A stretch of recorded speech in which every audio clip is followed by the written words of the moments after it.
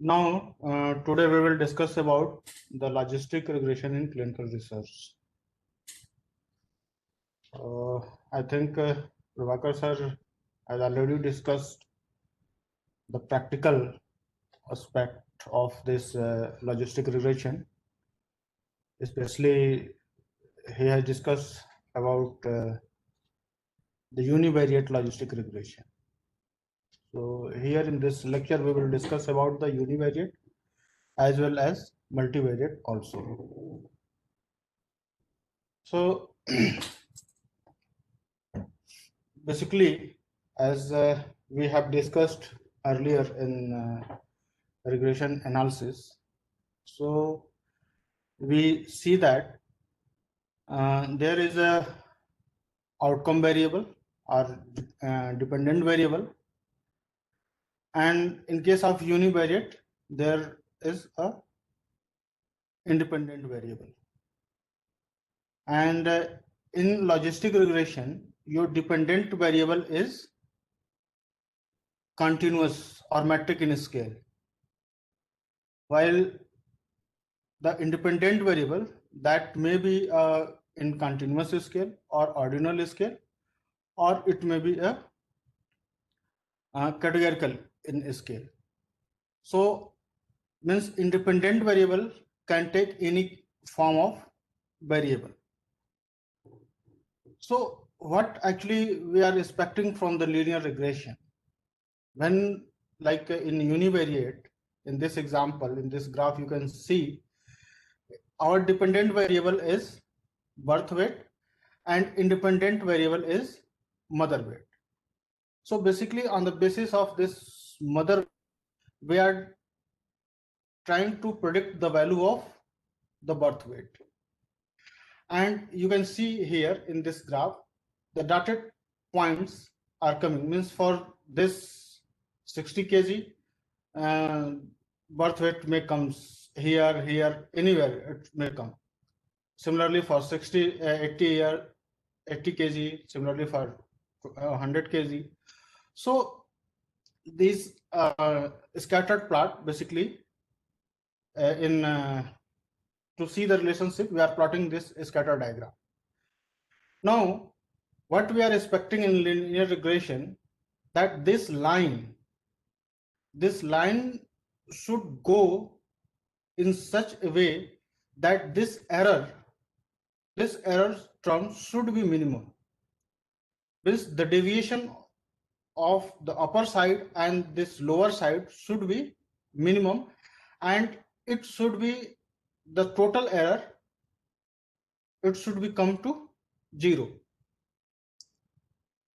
But so one more thing in this dependent variable, this y is what this gives. This gives outcome variable is the mean of the y values for given value of this x. Means for 60 kg, so there will be, suppose if our data has like 2000 data, and if 100 females are of age 60 years, so it does not mean that all the 60-year women, 60 kg women have their birth weight will be equal.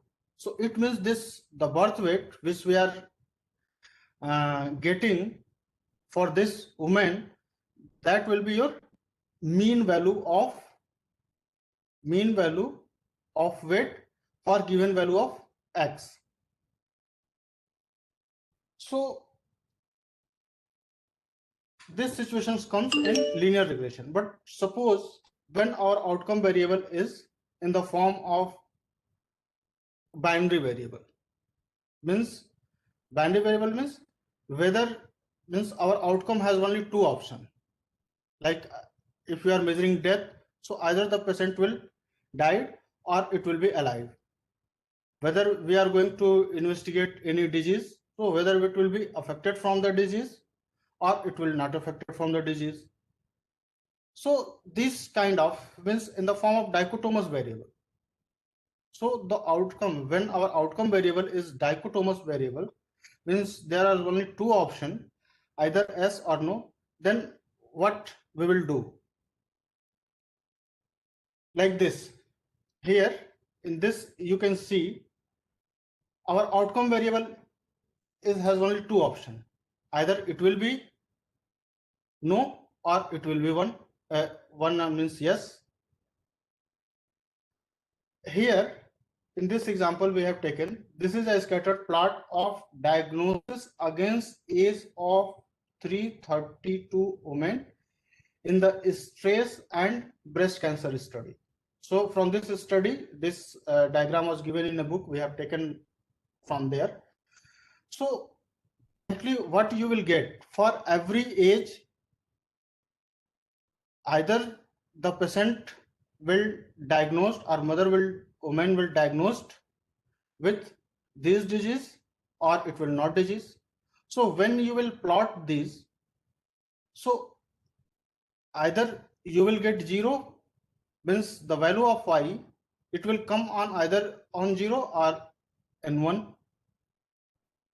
So if we try to do through this linear regression model, so what you will get? As per the assumption of linear regression, that should be follow a linear relationship. It means if a line is passes through this 40 years like this, so you can see here as the age of this woman is increased, so it means the distance of from this line to this will be more. It means the deviation from the line to the, as the age increasing, the deviation will going to increase. Or it will, if it passes here, then also for the lower and for the upper age, the deviation will be more. So it means for this situation, the linear regression model is not suitable. So if linear regression model is not suitable, so what we will do to model these 2 points? So if there is a such kind of uh, equation, or such kind of diagram which will cover all these points, so that will be better for this type of model. So suppose if you draw a S shape, S shape means you start from here, it will go like this, and then this, and then it will cover this. So it means it will cover all the points of 0 and 1 and 0. So it means for the outcome variable which has dichotomous in nature, if there is a mathematical function which comes in S shape, that will cover this model. There is another some concept. Suppose if we are taking the average, like if you can take the group of these, like 40 to 50 year, and then 50 to 60, 60 to 70, and then you will plot on the same, then what will be happen? Only this, the deviation will be decreased, but our problem is remain same if we are doing this, because this will condense, so deviation will be some shorter, but the 2 points is always remain far, and if we draw a linear regression, then we will get the same problem. So what actually we are doing in the regression analysis, we are trying to make a mathematical formula or a mathematical function which cover this your 0 and 1. So basically, if you take the proportion, means how much proportion are coming and diagnosed with 1. Similarly, how much percentage diagnosed with in this age group with disease. Similarly, in this age group, see here. So actually, what we have done here, we have just taken the proportion of this age group of having disease. Similarly, the proportion of in this age group having disease. So why we have taken the proportion? Actually, in the previous example which we have taken here, this y is the mean of mean values for given value of x. So we are expecting the same thing comes here. So it means it will give the mean values of your mean values of dependent variable for given values of your x, means independent variable. So in the case of binary outcome, the mean of a set of binary 0 or 1 values is the same as the proportion of 1. When you will take this, you will get, you can try in Excel sheet, you will get the same result. So an appropriate equivalent version of binary dependent variable should seems to be the proportion of y is equal to 1. So basically we are written this proportion can be interpreted as in the form of probability. So as you know, the probability is varies from 0 to 1. So it means when the mean value of binary variables gives the proportion of 1, so it means how many proportion or what at what probability the person are being diagnosed with disease is, suppose is points coming here. Similarly in this age group here. So when we draw a line, you will get a shape. Shape means this shape comes like this is the shape of basically logistic regression. This is elongated S shape, or sometimes we directly say this S shape. So just take so this is the just fundamental concept why we are going for the logistic regression, and what type of shapes are coming. Like suppose we have taken an example here. What is the relationship of one or more exposure variable to the disease or illness outcome? So here basically E is our exposure variable and D is our dependent variable. Suppose if this D is your CSD, 0 means the person does not have CSD, 1 means they have diagnosed with CSD. Similarly, the smoking, 0 means non-smoker and 1 is means smoker. So basically we are trying to relate these exposure variable with our dependent variable, means we are trying to relate smoking with the CSD. So if this situation means one is our one dependent variable as well always come once, and if one is independent variable, then this type of model is called basically univariate logistic regression model, means there is one dependent and one independent variable. But generally when we are collecting some data from the patient, we are not collecting only one variable, we are collecting lots of variable which may be directly or indirectly related to the disease outcome. So if we are taking one to one, means one dependent and one dependent, so other variables which we have collected, that may be called as a control variable, means we can use this as a control variable, or one by one you can use as a whole as a independent variable. So all other than this your dependent variable, all other variable are treated as independent variable, and D is your dependent variable. So this independent variable generally we denoted through this x1, x2 to xk, where k is your number of variables. In the short form, we are also denoting this independent variable as xx, yeah, e of s or c of s, means combination of these. Means combination of this means you can combine two variable and we can make another variable for our studies. Like if you have in the previous practical class, if you remember, we have just made a BMI variable on the basis of their height and weight.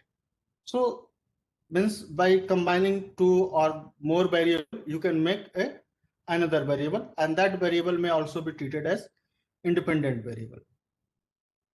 So it may be a product of your exposure or any a combination of variable, or it may simply you can take a exposure variable directly. So here just we have written the same thing. Whenever we wish to relate a independent variable with a dependent variable, we are considering as a univariate problem. Whenever we wish to relate a set of independent variable to a dependent variable, then we are considering as a multivariate problem. So in the analysis of such problems, some kind of mathematical model is typically used to deal with the complex interrelationship among the variables. So basically, logistic regression is also a mathematical model that can be used to describe the relationship between several your independent variable with a dichotomous dependent variable.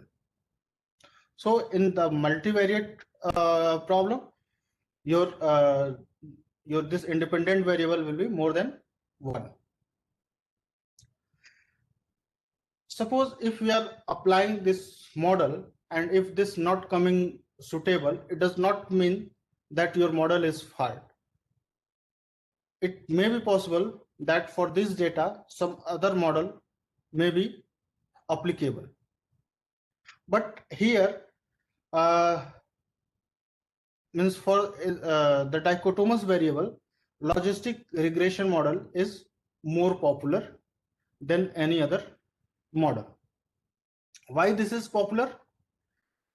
This is popular because it's take values from 0 to 1. 0 and 1, actually not 0 to 1, you can say 0 or 1. And this gives you a shape like this, S or elongated S. So is it cover all your 1 and all the zeros values. So for this logistic regression model, basically this model is built by using this logistic function. Now this logistic function has the capability, or this function is giving the shape like S, and the value of this logistic function is varies from 0 to 1. So because of this nature, this logistic model is popular by using this logistic function. So the function, this logistic function formula is fz is equal to 1 by 1 plus e raised to the power minus z. So if we put z is equal to minus infinity, then this function will come 0, and when if you put this z value is plus infinity, then this will gives you value 1. So it means this logistic function is varies between 0 to 1, and as you will aware, the probability, the value of probability is also, it varies between 0 to 1. So basically it's cover this probabilities, and this affects this logistic functions actually give its this individual risk of having disease. Means for the some exposure, like here, if this z value is if you are putting some values, so for this value it's give the having risk in the individual. So I will see you how it's give risk. We have already discussed this, why it is popular, because this value is lies between ranges 0 to 1, and appealing as shape describe the combined effect of several risk factor on the risk for a disease. Now, just you remember in the previous class, we have in multiple uh, regression analysis, we have taken this formula as class class. So basically, in previous class we have discussed the multiple regression formula, that y is equal to beta naught plus beta 1 x1 plus beta 2 x2 dash dash to beta k xk. So this is linear sum of this all your independent variable plus this constant. So if you put this value in your logistic function, you will get a logistic regression model. So here you can see that we have put these z values here, and we get the final our logistic regression model.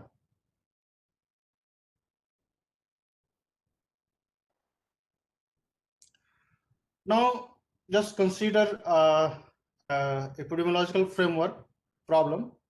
Suppose in your OPD or in your hospital, you have just you want to do some cohort studies, and for this cohort study you have selected some individuals, some patients, and at the beginning of the study you have taken some measurement, and then you followed till some time, and after that time, here is t1, t0 is your beginning time, and after t1 means after some times you have again measured or take the values of uh, the same variable again. So now you find that after this time t, the sum of the individual has developed disease, and some of them does not develop disease. So what actually you are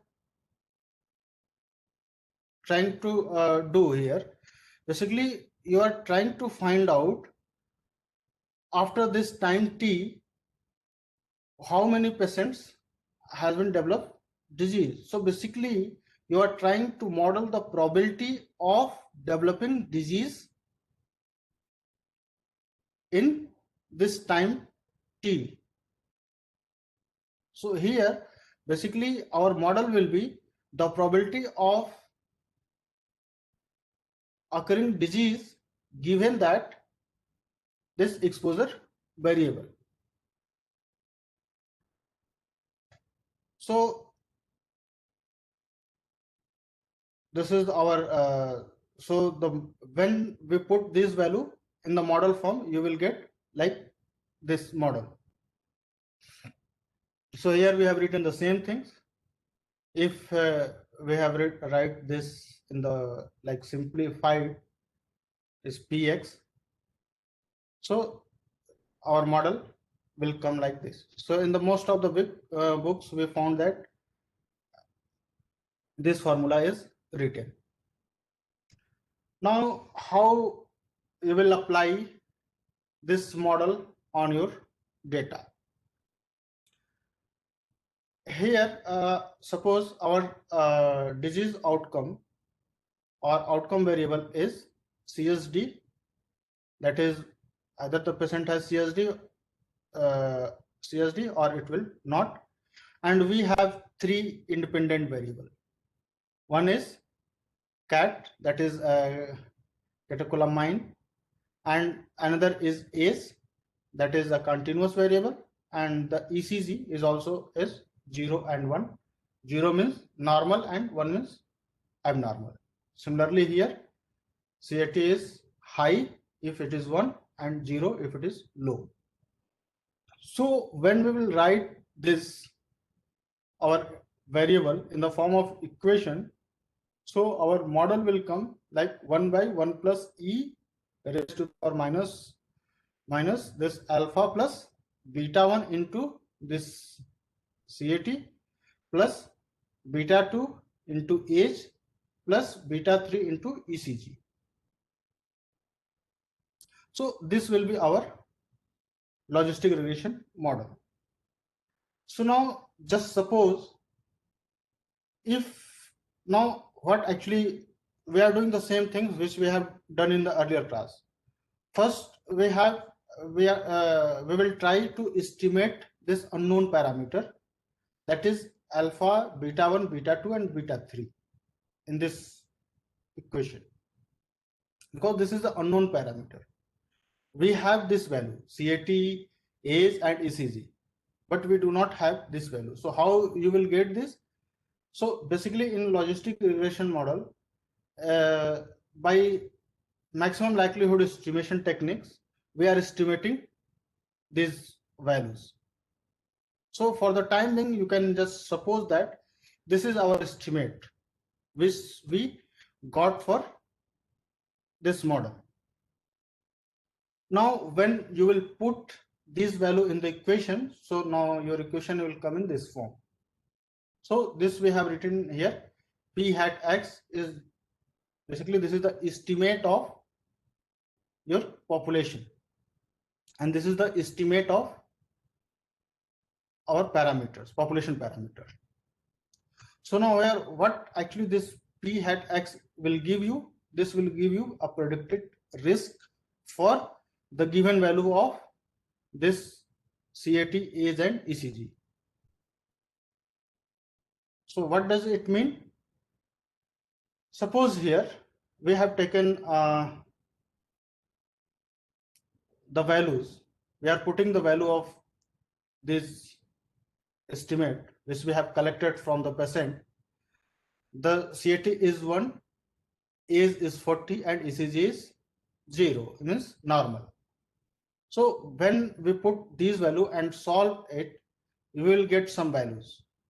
So what this value is? This value is giving the risk of having CSD when the person has CAT1 is 40 and ECG is normal. And similarly, if we take like here, we get risk for this criteria. If we take CAT is 0, is same and ECG is same, then you will get some another value of this px. So this will also a risk for the person having CAT 0 is 40 and ECG is 0. So if we take ratio of these two, so this will give you a risk ratio. So what actually risk ratio is gives you? Here you can see that when we have taken the ratio of these two, we get the value is 1.82. So what actually this gives 8.12? This gives the person which we have fixed these two, age 40 and disease is normal in these two. So it means the person having age 40, ECG is 0 or normal, and CAT1 means the person having CAT1 and age is 40 and ECG is 0, have 1.82 times more risk of having disease as compared to the person who has CAT0, but age and ECGs remain same. So this is the actual interpretation of this risk ratio. Now, when you can estimate this relative risk ratio, if you have a follow-up study, then you can estimate this risk ratio directly. And if the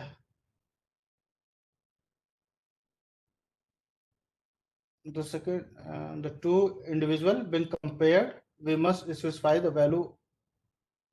values for all the independent variable in our fitted model to compute the risk of estimate. So basically here you can also estimate this risk ratio in the form of probability. Here basically this p hat means the probability of having disease given that the person has exposure divided by the probability of person having disease but it does not have exposure. So this gives in the form of probability. Now here, if you have data like this, means in the two categories, means the person has either it will be disease and also having some exposure, and the person having disease does not having exposure, or the patient having does not have any disease but has some exposure.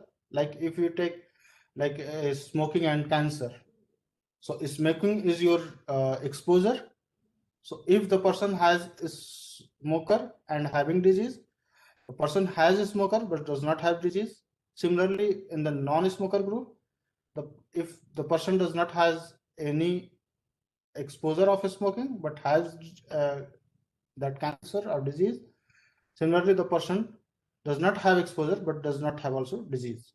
So if your data is like in this from 2x2 table, which we have written the frequency of A, B, C, D.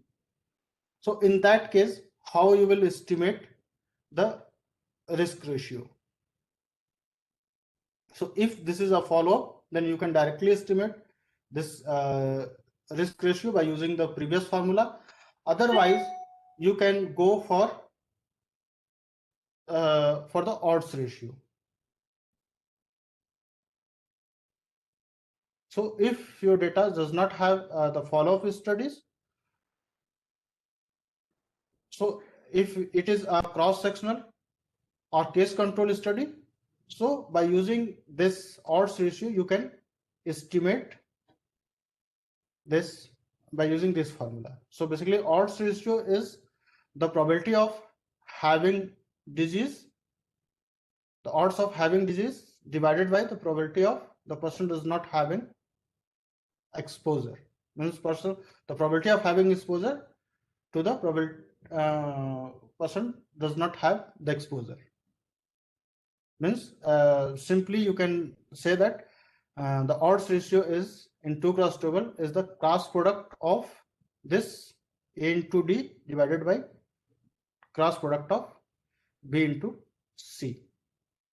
So you will get the odds ratio in case of case control study or cross-sectional studies. So here we have written in the form of probability. So the probability of the person having exposure given they have disease.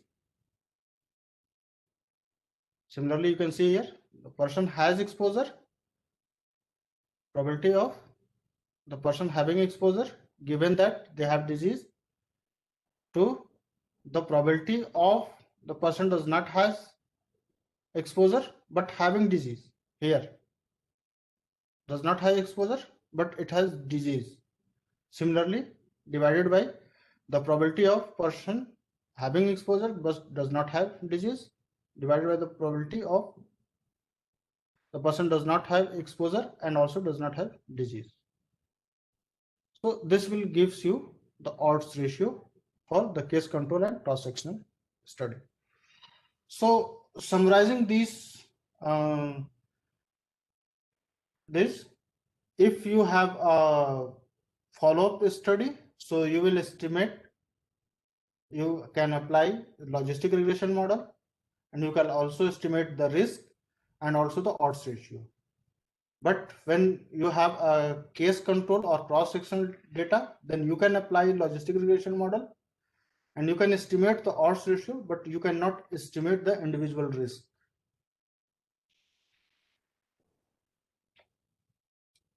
Now here we have taken another example for your SPSS.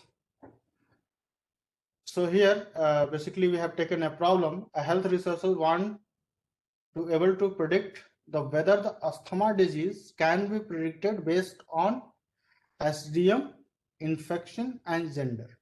So here basically SDM is your house dust mite, and infection is basically exposure to respiratory infection in early life, and gender, you know, male and female. So here basically our data is come in a species like this.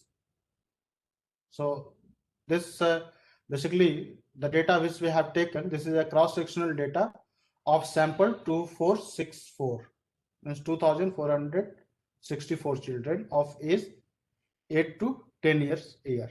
And in this data we want to predict whether the asthma disease can be predicted based on these three variables or risk factor. So now once we have data, so you can see that our dependent variable is asthma and other will be your independent variable.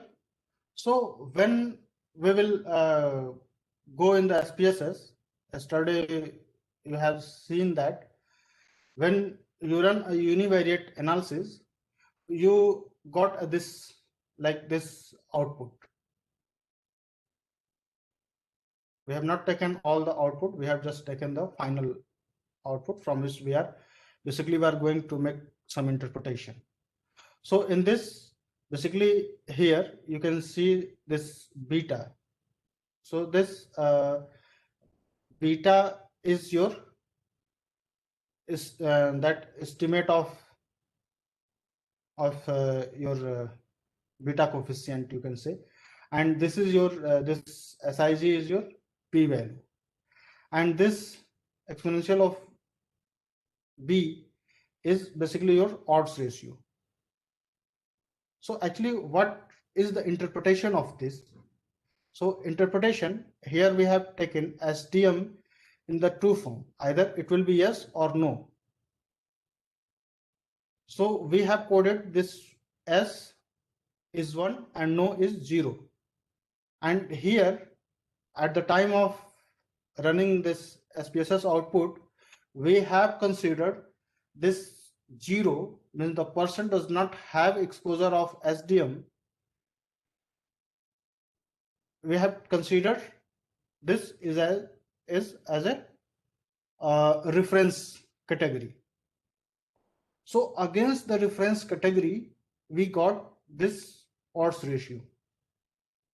So the interpretation of this will be the person or the children who does not have exposure, does have exposure of your housemate house dust mite have 8.46 times more chances of having asthma disease as compared to those does not have this SDM exposure. So this is the actual interpretation of this odds ratio. Similarly, here you can say that we have taken early infection, means the person who have got early infection, they have 1.545 times more chances of having asthma disease as compared to those who are not infected means early infected, who does not early infection. And this p values is basically says that this uh, model is means this variable is significantly predicting this outcome variable.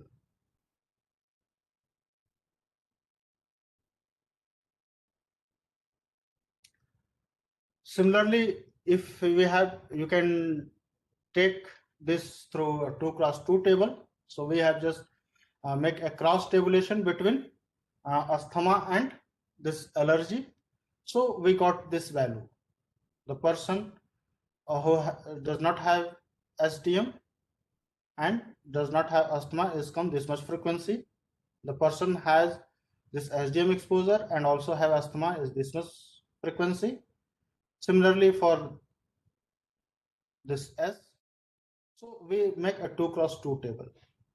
So you can estimate the odds ratio directly from here. How? You have to estimate the odds of having asthma in case of no SDM, and also you will take the odds of asthma disease, the person having SDM. So when you will take the ratio of these two odds, you will get odds ratio. So here you can see we have got the same odds ratio, and the interpretation will also be the same. The children, those where SDM have 8.47 times more chances of having asthma as compared to no SDM. The person or children having no SDM. So here the same example we have taken for the infection. Now come on the logic transformation. So logic transformation denote as logic px. As we know, this px is equal to, we have already earlier defined that this is equal to 1 by 1 plus e raised to the power minus, and this linear sum of your constant plus all the independent variable. So basically logic transform of this px is give this ln base e and this px divided by 1 minus px. So actually what kind of interpretation we can get from this formula, and how does this relate to the odds ratio? So you can see that basically when you solve this, you will get this logic of px is equal to linear sum of this constant plus all of your independent variable. So this is basically your logic function. So basically when in most of the paper you can see that where the logistic regression model is written, so mostly they are preferring this formula to code in the paper. So basically instead of this taking this ln, if we take this px by 1 minus px, so this gives the odds of having individual x.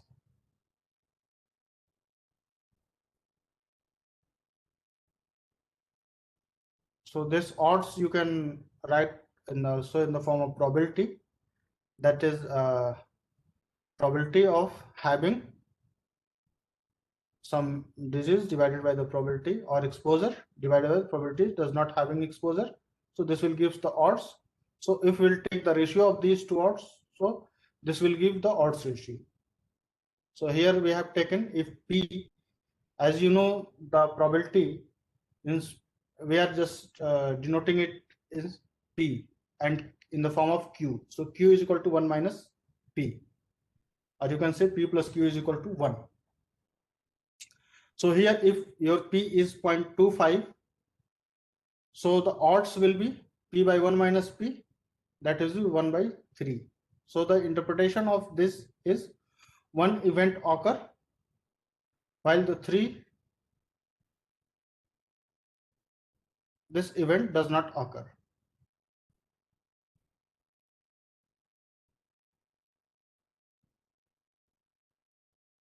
Now the multiple or multivariate logistic binary logistic regression model. So we have already discussed the difference in between these two or only those. In the univariate, we have only one independent variable, and in the multiple logistic regression, we have more than two, more than one independent variable and with one independent variable. So this is the final model. Actually, Prabhakar sir will discuss more detail about these tables. So basically, when we are running in the earlier question here, basically this odds ratio we have called at unadjusted odds ratio or simply odds ratio. But when we are running for multiple logistic regression, in this case, this odds ratio is called adjusted odds ratio. Why it is adjusted odds ratio?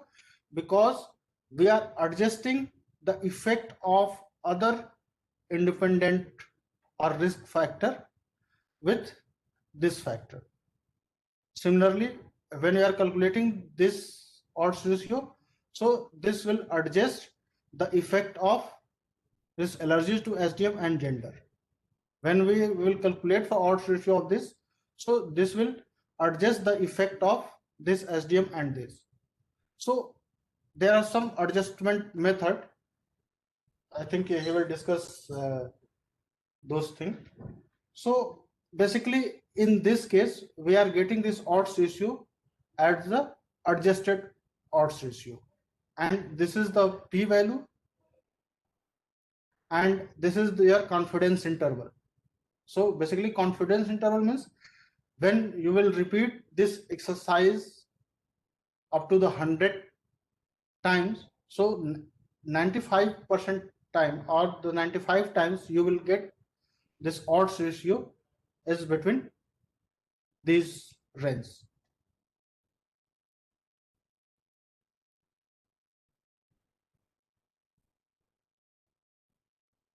Now the confounding factor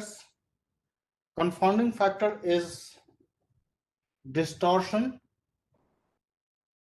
in the estimated measure of association that occur when the primary exposure of interest is mixed up with some other factors that is associated with outcome.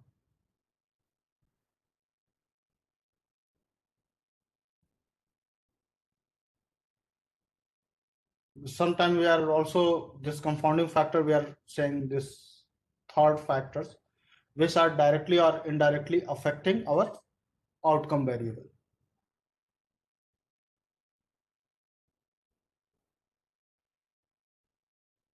So there are three conditions that must be present for confounding to occur. The first is the confounding factor must be associated with both the risk factor of the interest and the outcome variable. The second, the confounding factor must be distributed unequally among the group being compared. And the last, the condition is a confounder cannot be an intermediary step in the causal pathway from the exposure of interest to the outcome of interest. Since most health outcome has multiple contributing causes, so there are many possible confounding factors. So for doing any study, you have to, this is not a very easy task to identify the confounders. So you can identify either through your expertise or by referring some literatures. So by this way, you can easily identify your this confounding factors. Dr. Anup has also discussed details on this confounding factors. So for example, a study looking at association between obesity and heart disease might be a confounded by age, diet, smoking status, and a variety of other risk factors that might be unevenly distributed between the group being compared.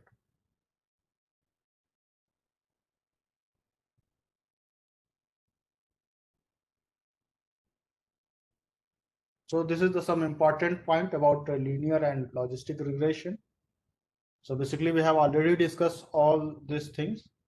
In the linear regression, our basically dependent variable is our quantitative variable or metric variable, while in the logistic regression model, our dependent variable is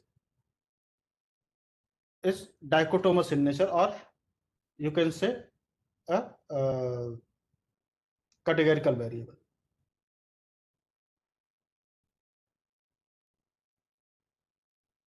In the logistic regression, we are making a result in the form of odds ratio,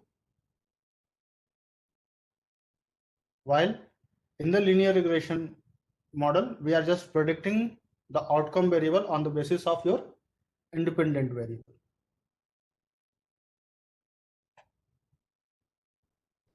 So we have already discussed this point. Now I will send you the slide.